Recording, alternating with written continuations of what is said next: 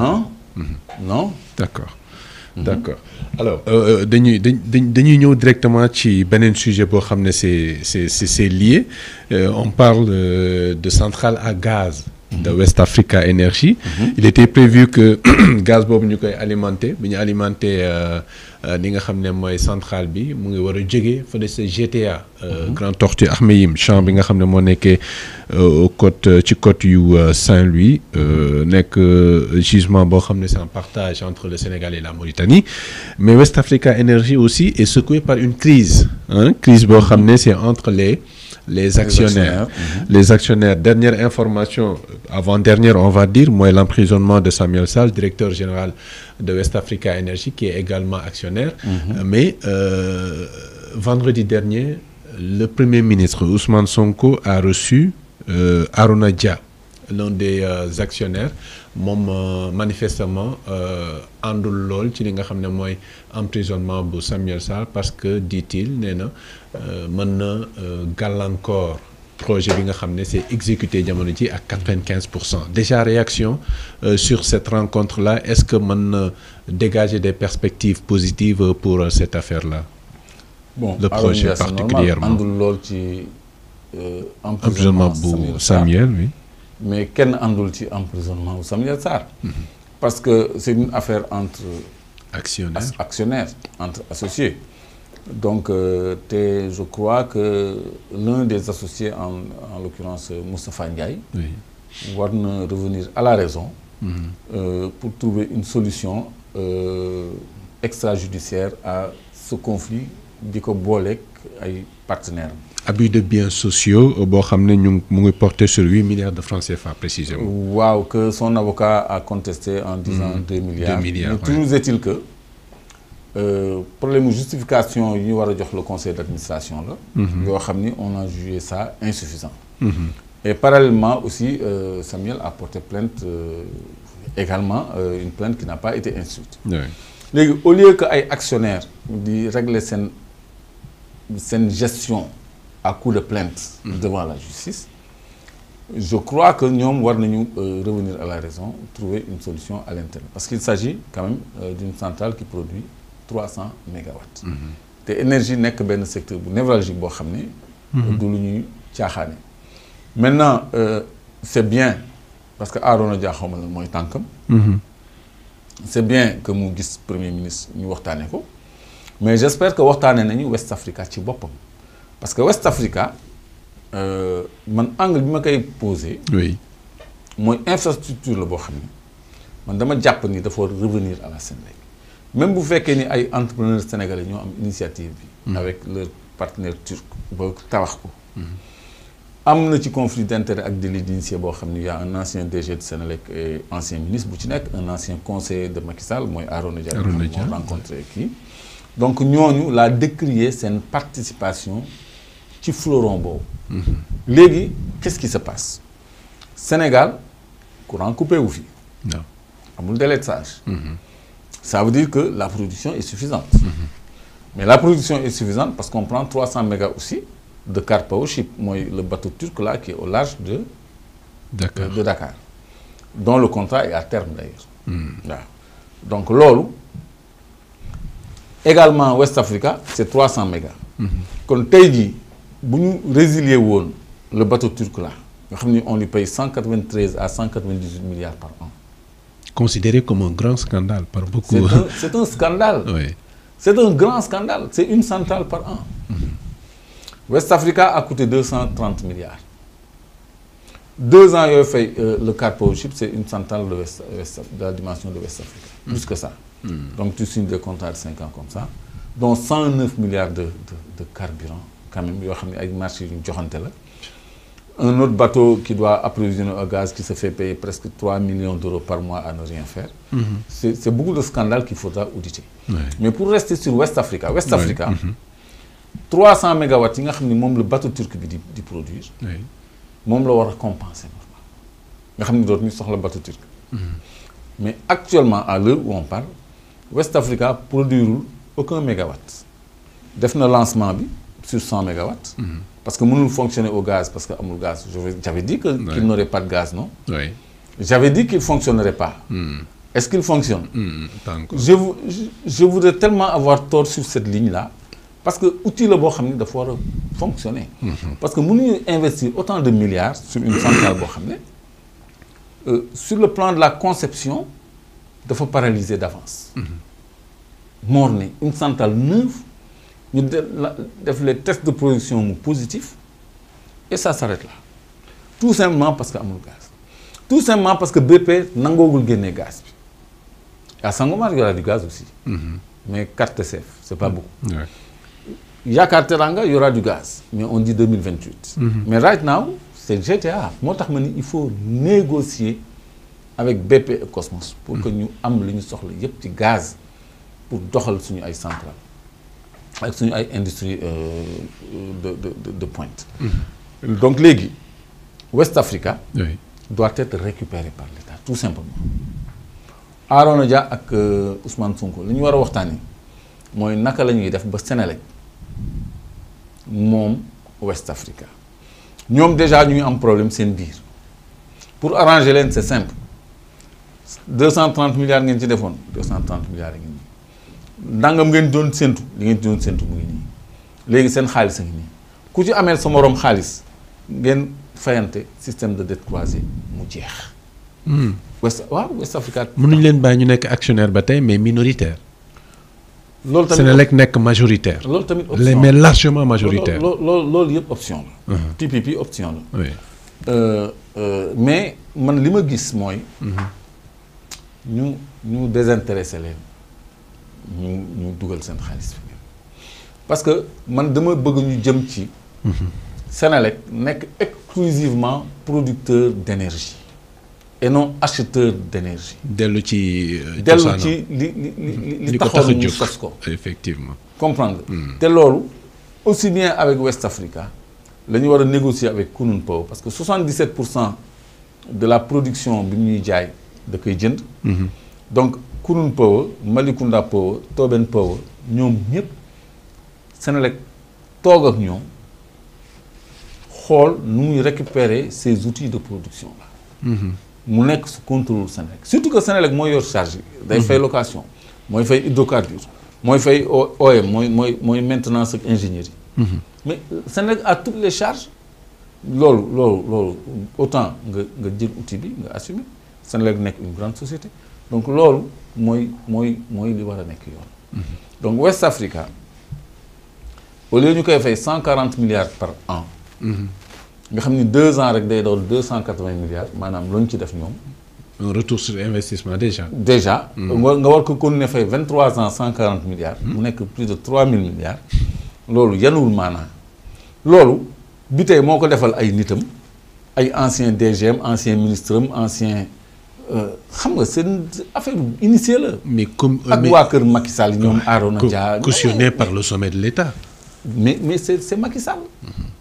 ses conseillers ses anciens ministres ñoom la Sénélec est agrégataire Sénélec ku mu deful PPA contrat d'achat de production d'électricité munoo taxawal usine wala centrale ba koy jaay parce que balaa ngay taxawal centrale da ngay signer contrat ak Sénélec ba pare lépp loo produire Sénélec da koy jënd même bu ko jëlul parce que take or pay benn façon la boo xam ne par exemple je produis 300 mégawatts Sénélec jël na 250 mais beneen 50 bi da koy fay même bu ko jëlul parce que produire naa ko take or pay mooy contrat yi loolu moo ci nekk donc loolu da nga koy am ba pare nga ñu doog la financer bailleur de fonds yi ñeme dugal xaalis ci sa centrale parce que am nga contrat de vente et d'achat léegi moyennant quoi ngay amee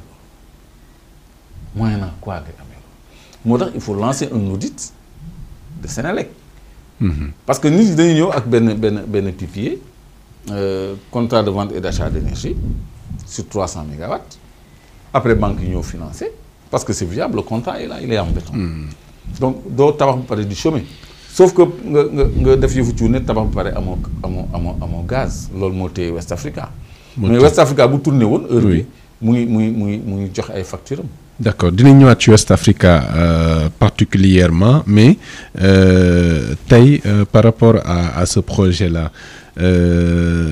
bu fekkoon ne par exemple ñu ngi koy mettre en œuvre concernant justement li nga xam ne mooy actionnariat bi. buñ ko jëlee ci ñoom. nga ne dañ leen di delloo seen investissement. liñ ci doon xaar yëpp ñu war leen ko jox. parce que le contrat c'est sur 23 ans. non mais c'est 25 ans. 25 mais oui. du li ñu leen di du li ñuy xaar yëpp lañ leen di jox. oui je m'explique. pour mu leer foofu. je m'explique sur parce que li ñu ciy xaar yëpp c'est quand même 3500 milliards. Ça on va pas le ça c'est-à-dire ils ont investi 230 milliards. oui. Maintenant on leur donne leurs 230 milliards ñu tegal leen ci peut-être 50 milliards wala dara. mais pas plus que ça.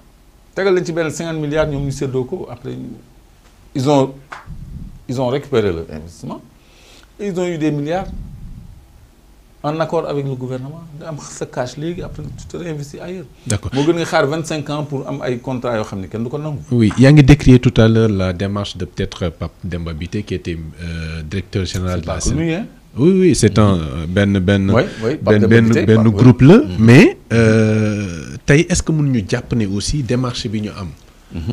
ba nga xam ne ce ne sont que des privés yoo xam ne ñoo sekk projet bi. ñoo ko taxawal. nekkul benn matérialisation du contenu local wala gën a jëmmal contenu local mënuñu am lecture boobu aussi. pour juger que lu baax la peut-être. je veux être clair. Oui. C'est bien qu'on positionne le secteur privé national. Oui. Dans le secteur de l'énergie et dans d'autres secteurs. Kooku c'est une bonne chose. Mais le secteur privé national, c'est pas un ancien ministre. C'est pas un ancien directeur, c'est pas un conseiller à la présidence. Ñooñu sama problème ci projet bii. Qui sont des hommes d'affaires, disent-ils. Non, attends. Oui. C'est-à-dire, oui. Je parle pas des autres investisseurs. Je les connais tous, hein. Mais du ma leen tudd. Peut-être ñi ci gën a siiw laay tudd parfois. Ok. Même Khadim daal du ma ko tudd. De Locafrique. Oui. Beydi Anne du ma ko tudd ñoom ñëpp du ma leen tudd ay Abdoulaye Diassine ni ko des femmes évoqué mais ñooñu c'est des hommes d'affaires. Ñooñu c'est le secteur privé national. Dem si yàlla Baba Diaw il en fait partie. Non Baba Diaw pas que je sache. Bon le secteur privé national ñooñu la ñu am comme ay champions ñooñu ils doivent investir dans ça bu doon ñooñu kese la kon doo ma dégg ma attaquer West Africa Energy mais quand dans le montage on te dit ok toi tu dois mettre ta centrale à Mboro. ñu alloué la fa ay terres te delloo woo ko mu am ay litiges foofu. léegi nga ni bon su ma defee centrale bi Mboro naa transporter courant bi ba Cap de Biche pour brancher ko au réseau interconnecté donc naa def ay pylônes haute tension Mboro ba Rufisque. Après Pape Bitèye ñu la mais on te donne Cap de Biche tu mets ça là-bas. Il le propose à qui? À son ancien ministre de l'énergie, Samuel Sarr. C'est ça mon problème, moi. C'est mon ami Samuel. Mais lolo, du normal. Ok, on délocalise. On vient dans l'assiette foncière de Cap de Biche, on met la turbine à gaz. Après, on prend 35 ingénieurs de Sénélec. 35 ingénieurs de Sénélec. Ñu liggéey projet bi. Ñu nekk à West Africa. Donc tu prends la crème de Sénélec, tu donnes à West Africa. Tu prends les terres de Sénélec, tu donnes à West Africa. Tu prends la crème de Sénélec, les cadres, les ingénieurs, tu donnes 35 ingénieurs. 35! Ça veut dire quoi? Mais le Sénélec en tant que tel c'est pas ça le contenu local, c'est pas ça. Ça c'est du deal. Ça c'est délictuel. Ça c'est pas le contenu local. Le contenu local, moi, ay hommes d'affaires privés ñëw investir dans la production d'énergie. Parce que ay tubaab Toben Power centrale éolienne bi Toben bi ay tubaab ko moom. Ça je crois que les Sénégalais le savent maintenant. bu ñu mënee may ay tubaab ñu tabax Toben Power wala Kunun Power wala Malicounda Power di jaay Sénélec war nañu mën a accepter ay Sénégalais créer ay centrales di jaay Sénélec. Mais tey jii Mamadou Bitèye DG Sénélec. Mais bu ñëwee am benn turbine à gaz ni day jaay Sénélec courant man du ma ko jàppee secteur privé du ma ko jàppee contenu local dama koy jàppee un initié conflit d'intérêt nekkoon na directeur Sénélec. xam na personnel bi xam na projet yi xam na programme bi pour moom mu am un accord d'achat et de vente d'électricité ci secrétaire généraux yi mu fi bàyyi Pape Toby Gueye c'était son SG. Moussa Dieye c'était son SG. ak ñeneen yi nga xam ni ils sont dans la boîte te xam na leen. loolu man daf may déranger. du ma gis l'entrepreneur sénégalais mais damay gis l'ancien DG c'est juste ça. distinguo boobu je crois que wax naa ci ba xam ne. man daal yaakaar naa ne sénégalais comprendre nañ ma ci côté boobu. parce que je suis pas contre l'entrepreneuriat privé sénégalais. Je suis pour mais pas délit d'initier ay anciens ministres ay anciens conseillers wëlbatiku nekk ay producteurs indépendants d'énergie. Donc cette mafia qu'il y a sur l'énergie moo tax suñu ay factures chères. Parce que même entreprise étrangère yi nga xam ne tubaab yi nga xam ne dañuy jaay électricité sax. ay anciens de Sénélec ñoo nekk seen gannaaw ak ay anciens ministres ñoo nekk seen gannaaw ay intérêts mafieux ñoo nekk seen gannaaw ñu facturer kilowattheure bi lu leen neex parce que ci contrat bala ñu defal leen contrat bu leen neex après bon tout le monde se sucre ñun ñuy bëgg a dee courant kenn mënatu ko fay compteur yëpp a ngi xonq prépayé da ngay kenn xamul sax critère de facturation. xam nga kilowatt bi ñu ngi ko doon wax ne c'est à 110 francs. Ça, mais c'est monté à 160 francs. Ça, c'est officiellement. Oui. Mais lillahi wa rasulihi nag ku nekk calculer 3 derniers paiements woyofalam yi mu diviser ko par le nombre de kilowattheures en direct di nga xam le prix du kilowatt. mais en principe pour comme illustration en principe 5000 francs boo ko jëndoon par exemple. di nga war a mën a am environ 47 wala 46. mais tey en principe. mais boo ko jëndee on te donne 30. oui. bu jëndee 10 000 on te donne 60. Quelle est l'explication? Et même pas toujours 60, déjà, des fois on te donne moins que ça. Effectivement.